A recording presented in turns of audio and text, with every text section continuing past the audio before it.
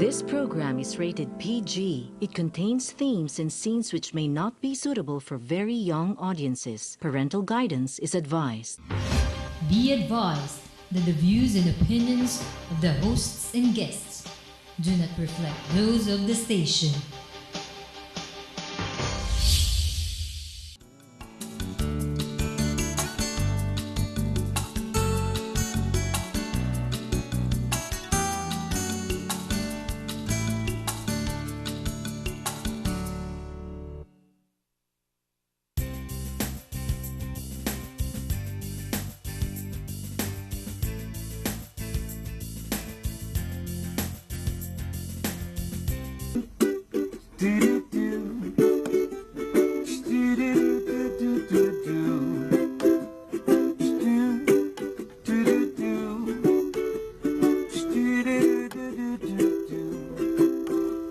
I'll never forget the day when you and I first met.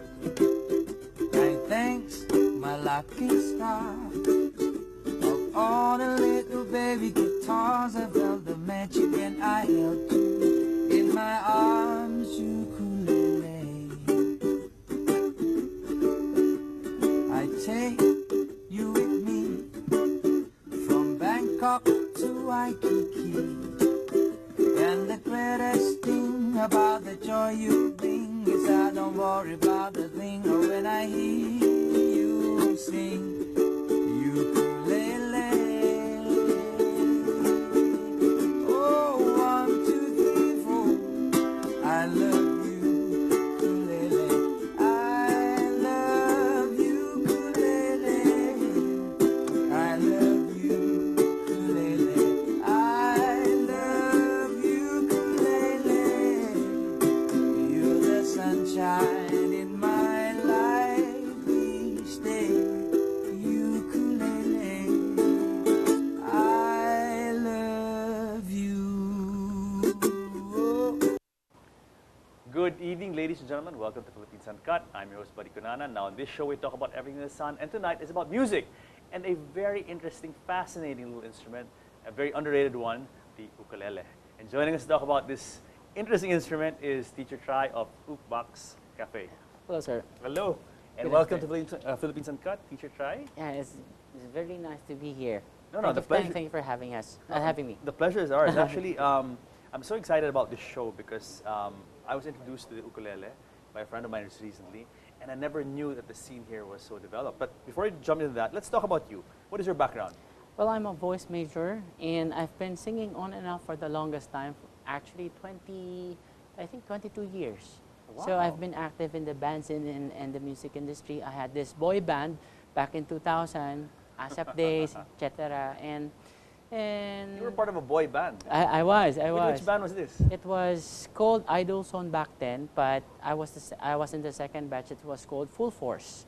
Okay. So era ng ano yan, Jeremiah, etc. What kind of music did you? I mean, what kind of songs did you sing? What's your specialty when you were into that scene? Well, back in the day, I was in choral singing. Ah, okay.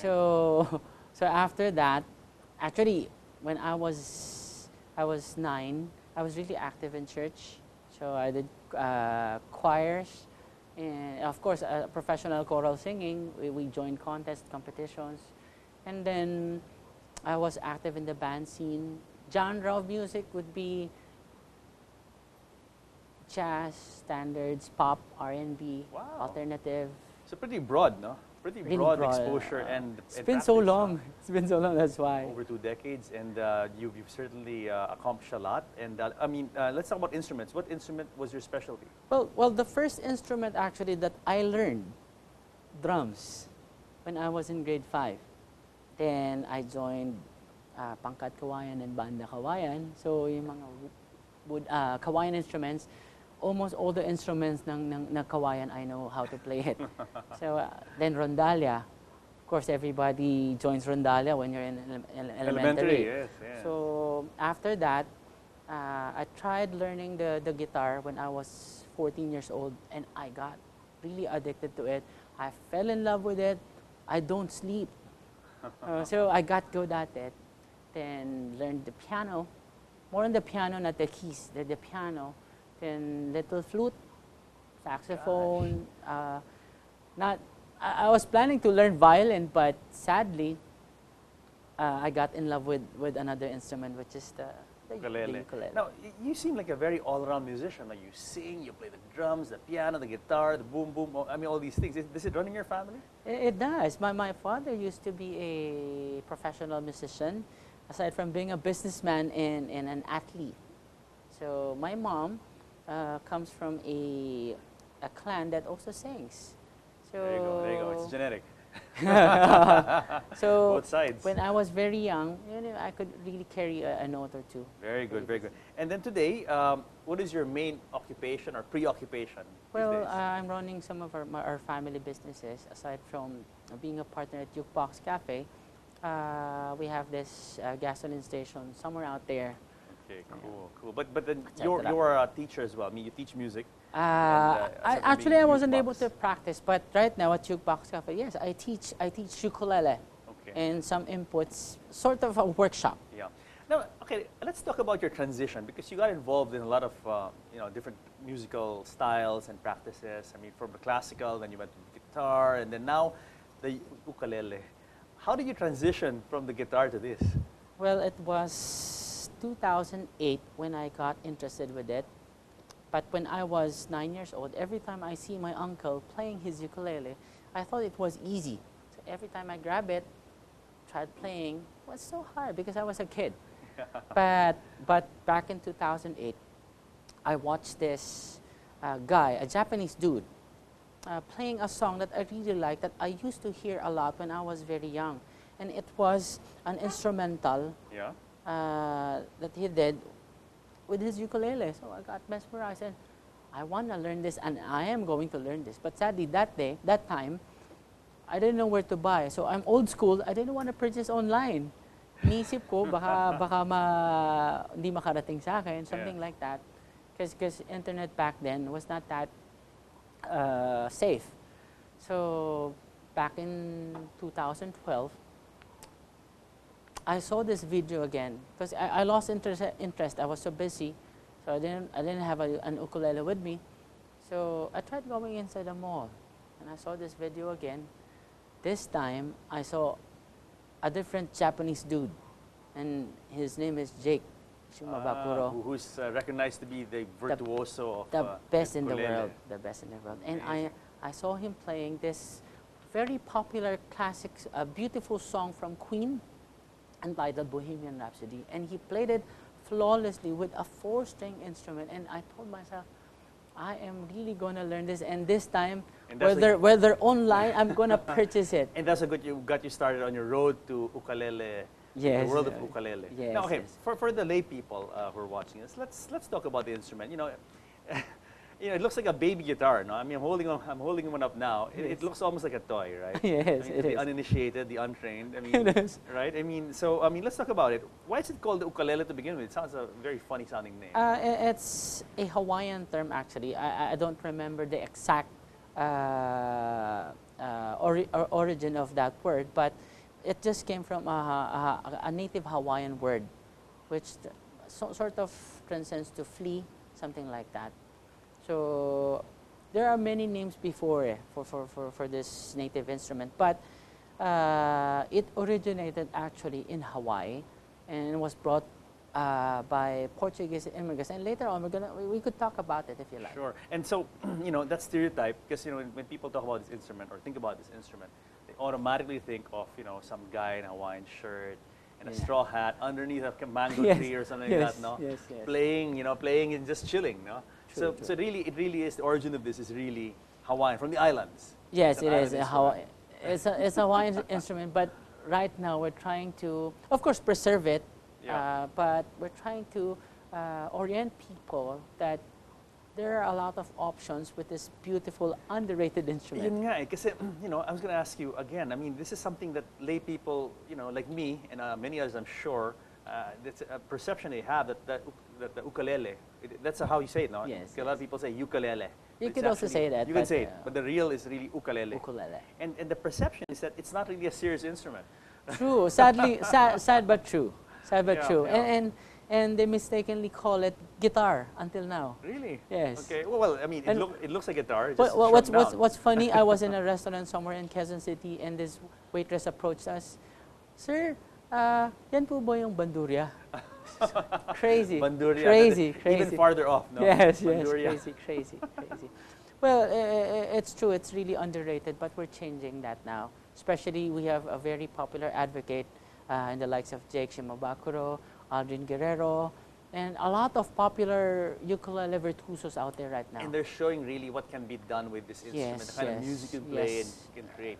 Yes, true. Now, teacher, what is the difference essentially between an ukulele and a guitar? Well, I tried correcting myself after 29 batches of workshops, because before I had this research and thread that states rather that the guitar is not related with the ukulele.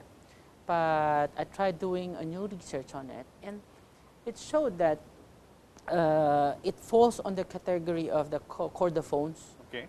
which the guitar is also included. It's inside the lute family. Okay. So they are related technically. String. I mean, basically, Since that it's a string instrument, right? Yes, And, that you use fingers to play. Yes. Now, the main difference, the aesthetics would be the same, but the main difference would be the tuning, and of course the scale. Yeah. It's obvious the scale, but the tuning is quite different.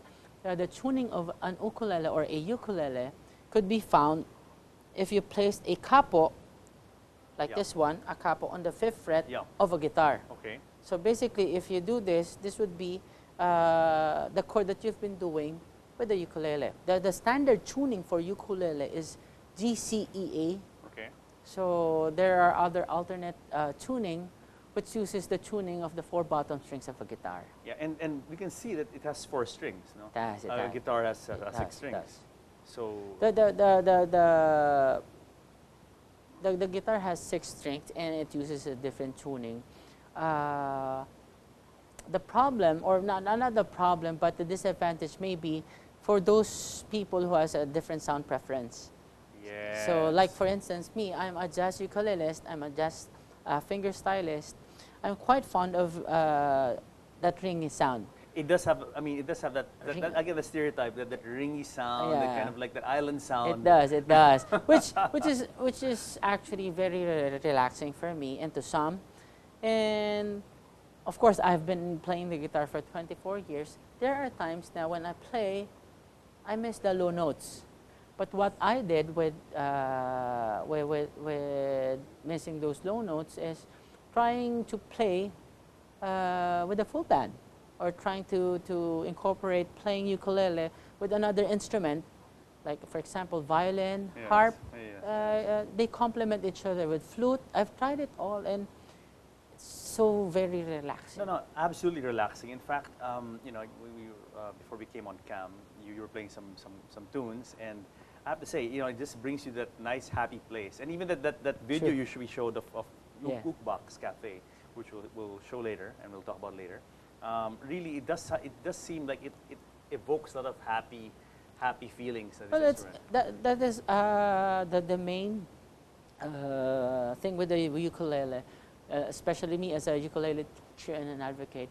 I want people to think of the ukulele as sort of an outlet, an avenue of relaxation, and I want them to experience the relaxation that I get every time I play my ukulele. When you're stuck in traffic, before I used to get really pissed off, especially with the traffic jam here in a country, but now I'm kind of getting excited every time. It's so portable. Absolutely, and I think that's portable. one of the main advantage of a guitar. Now you can take it anywhere. Yeah, whenever I'm bring stuck it in a heavy anywhere. traffic jam, I'll just grab my ukulele at the back, and it really excites me because that's the point that I'd be able to compose songs. It brings out, that's your creative moment. Yes, In precisely. fact, we have to stop for a break, but when we come back, we're gonna talk more about ukuleles, how to learn, and the A to Z's of ukulele. All right.